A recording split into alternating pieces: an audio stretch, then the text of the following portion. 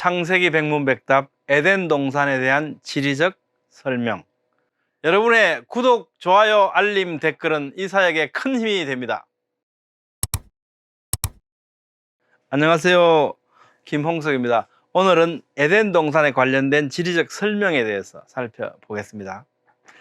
본문 말씀은 창세기 2장 10절로 14절 말씀입니다. 강이 에덴에서 흘러나와 동산을 적시고 거기서부터 갈라져 네 근원이 되었으니 첫째 이름은 비손이라 금이 있는 하윌라 온 땅을 둘렀으며 그 땅의 금은 순금이요 그곳에는 베들리엄과 호마노도 있으며 둘째 강의 이름은 기혼이라 구서 온 땅을 둘렀고 셋째 강의 이름은 히데겔이라 아수르 동쪽으로 흘렀으며 넷째 강은 유브라데더라. 자, 여기서 강의 위치는 현재 위치와 동일할까요? 유브라테스, 티그리스. 자, 에덴 동산은 아담이 추방당한 후에도 원래 위치에 그대로 남아 있었다 하더라도 노아홍수를 거쳤지 않습니까? 그리고 노아홍수를 거치면서 그곳은 퇴적지청 속으로 묻혔을 거 아닙니까? 만약 창세기 2장에 기록되어 있는 강 이름과 지명들이 아담 당시의 강 이름과 지명과는 아무 상관없이 무관하게 노아홍수 후에 새롭게 생겨난 지리에 대해서 창세기 2장의 추억의 이름들, 그 이름들을 가지고 자기적으로, 이게 자의적으로 갖다 붙인 이런 이름이라면 그래서 실제 위치와는 상관이 없는 것일 수 있잖아요. 하지만 우리에게 전해진 창세기는 언제 기록되었습니까? 주전 15세기에 모세가 기록하고 편집했다는 것을 우리는 고려해 볼 필요가 있겠죠.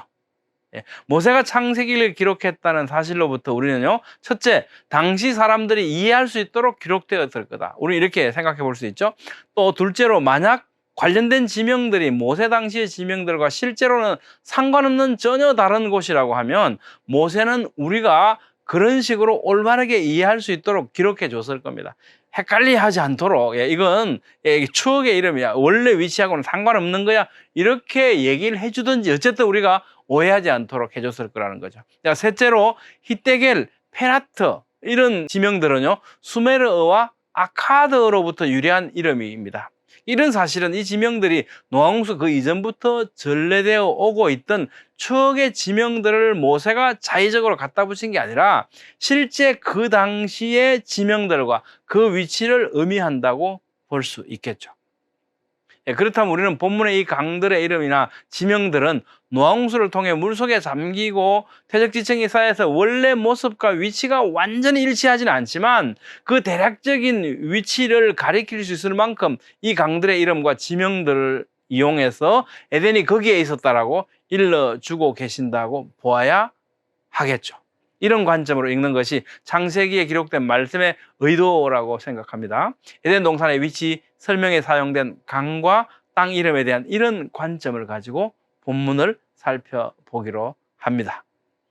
강이 에덴에서 흘러나와 동산을 적시고 강이 적시고, 이 직역하면 그리고 강이 적시기 위하여이거든요.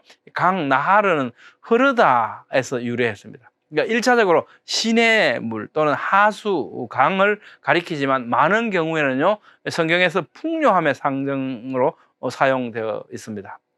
적시다, 샤카는 흡족할 정도로 이게 마시다, 윤택하다 등의 뜻을 가지고 있습니다. 그러니까 에덴 동산은 비옥한 땅이었다는 것을 나타내 주고 있죠. 땅이 동산을 적셨다는 이 표현은요, 그다음에 비손이 나옵니다. 첫째 이름은 비손이라. 피션인데요. 음력을 이제 비손으로 한 거죠. 흩어지다, 퍼지다 하는 뜻을 가진 푸시에서 유래했습니다. 이 단어가. 이것은 많은 지류가 있는 강이라는 거 하는 것을 우리 이름으로부터 암시를 받을 수 있습니다. 이 강이 어디에 있는지에 대해서는요, 여러 주장들이 있어요.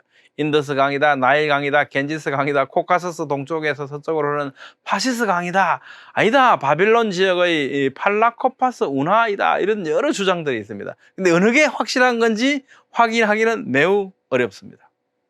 그 다음에 이제 하윌라, 그죠? 첫째 이름 비손인데 금이 있는 하윌라 온 땅을 둘렀다 그랬잖아요. 이 하윌라는 춤을 추다, 소용돌이 치다는 뜻을 가진 힐에서 유래했습니다. 이런 이름으로 볼 때 하윌라 지역을 휘돌아 흐르고 있었다는 것을 암시해주고 있죠. 이곳은 본문의 내용이 보여주는 바와 같이 금과 각종 보석이 풍부하게 생산되는 것만을 알 수 있을 뿐이고 그 정확한 위치에 대해서는 여러 견해들이 있지만 어느 것이 맞는지 마찬가지로 이게 확인하기가 쉽지 않습니다.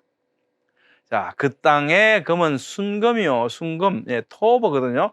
키 토버, 좋다, 아름답다, 이 얘기 굉장히 많이 나오죠. 이게 토버. 그리고 그 땅의 금은 좋다, 이러는 겁니다. 좋다, 예, 토버. 하나님이 보시기에 좋았더라, 토버. 한편 구절에서도 두 번에 사용되는 좋다, 토버는 땅이 비옥하거나 결실이 좋은 경우에도 사용되지만 여기서는 어떻게 해요? 순도가 높다는 거죠, 토버. 그래서 이걸 이제 순금으로 번역을 한 겁니다.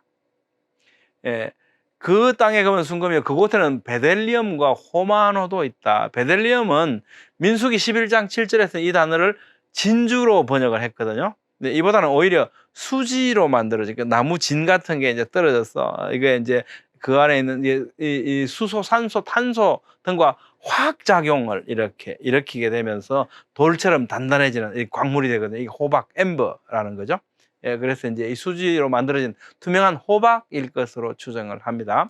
호마노, 이것은 이제 광업에서는 이제 마노는 석영, 담백석, 옥수의 혼합물이라고 정의를 해요. 그 다음에 둘째 강의 이름은 기혼이라고 그랬잖아요. 기혼. 이 단어는 넘쳐 흐르다는 뜻을 가진 끼아흐에서 유래했습니다. 이 강이 어디에 있는지에 대해서도 이 나일강, 뭐 카스피해로 흘러들은 수량이 풍부한 아락세스 강이다. 아니다. 바벨론 지역에 있는 샤트엔닐 운하다 등 여러 주장들이 있는데 정확한 위치를 확정하기는 매우 어렵습니다. 다만 예루살렘 근방에 있는 섬 기혼과는 완전히 별개의 것입니다. 구스 온 땅을 둘렀다 그러냐. 쿠시, 예, 구스.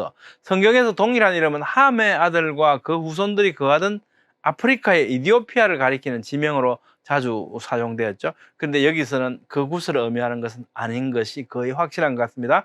많은 학자들의 연구에 의하면 이것은 이것과는 다르게 메소포타미아의 지역에 있는 것으로 이렇게 추정을 합니다. 예, 셋째 강 이름은 히데겔이다 그랬거든요. 히데겔, 비숀이나 기혼의 정확한 위치를 잘 모르고 의견이 분분하지만 이 히데겔하고 유발라데는 우리가 확실히 알고 있죠. 히데겔은 화살이라는 의미를 가진 아람어에서 유래해서 화살처럼 빨리 흐르는 이라는 뜻의 티그리스 강을 의미합니다. 이런 사실은 티그라로 기록되어 있고 헬라 구역 번역본인 70번역에 그 이름이 티그리스로 번역되어 있다는 점에서도 확인이 됩니다. 히데겔은 확실히 티그리스가 맞다는 거죠. 그 다음에 한편 이 티그리스라는 호칭은 고대 페르시아어 티그르에서 유래했고, 티그르는 엘람어 티그라에서 유래했고, 티그라는 수메르어 이디그나에서 유래했다고 연구되고 있습니다. 우리가 왜 이렇게 막 이 어원을 찾아갈까요? 그건 결국은 무슨 얘기를 하고 싶으냐면요. 이것은 그 당시에 그 사람들이 그렇게 사용하고 있던 지명들이지 모세가 이름을 갖다 붙인 게 아니다 하는 겁니다. 그러니까 창세기 2장에서 말씀하시는 위치들에 대한 이 지명은 모세가 창세기를 기록한 당시에 그 근동의 사람들이 다 알고 있던 그 강을 실제로 그 위치를 의미하는 것이 맞지 않느냐라고 하는 방정을 하고 싶은 거예요. 그래서 지금 어원을 계속 찾아가는 겁니다.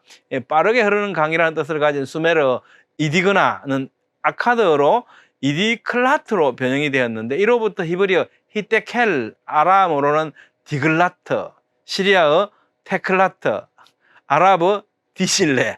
좀 재밌죠? 디질레인데 이게 터키어로도 디질레예요. 세문파 언어들의 유래가 되었습니다. 아랍어 영향받은 현대 페르시아어로는 데젤레, 터키어로는 디질레입니다.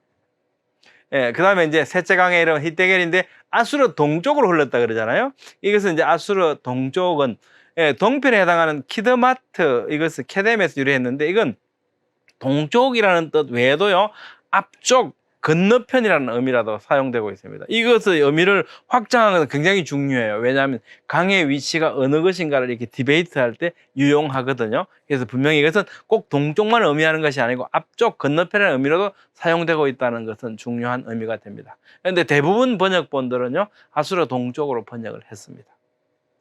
그 다음에 이제 셋째 강 이름은 히데겔인데 넷째 강은 유브라데죠. 넷째 강. 페라트예요. 히브리어로 페라트인데 고대 페르시아어 우프라투에서 유래했습니다. 아마도 이는 솟아오르는 또는 좋고 비옥한 이런 뜻을 가지고 있는 듯합니다. 이런 이름은 아르메니아 고지대에서 발원해서 2850km에 이르는 유브라데 강의 유역에 비옥한 토지가 많았기 때문에 붙여진 듯합니다. 물론 이 2850km가 당시의 그 길이하고는 많이 달라졌다고 볼 수는 있겠죠. 이 지역은 후에도 아시리아 바벨론 문화를 꽃피웠죠. 한편 유브라데에 해당하는 히브리어 페라트는요, 아카드 프라트에서 유래한 것이라는 연구도 있습니다. 프라투는 수메르어로 읽으면 브라누나로 읽게 되고 아카드로 읽으면 프라투라고 읽게 된다고 합니다.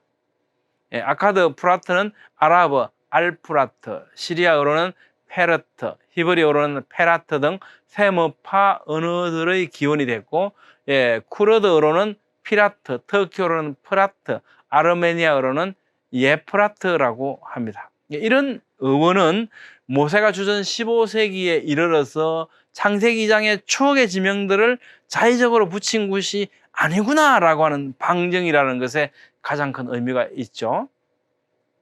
여러분 어떻게 생각하십니까? 오늘은 에덴 동산과 관련된 지리적 설명들을 살펴보는 가운데 지명들이 수메르나 아카드에서 유래했다는 사실을 발견하게 됐고요. 이런 것은 바로 모세가 창세기 2장을 추억하면서 옛날의 지명들을 갖다 붙인 게 아니다. 예를 들면 미국에 가면 많은 지명들이 어떻게 해요?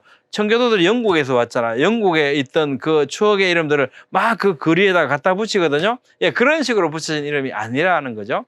그래서 이 창세기 기록 당시 주전 15세기에 존재하고 있던 실제 지명들, 실제 위치라고 하는 것을 확인했습니다. 다음 시간에는 에덴의 위치 연구에 대해서 자세히 살펴보겠습니다.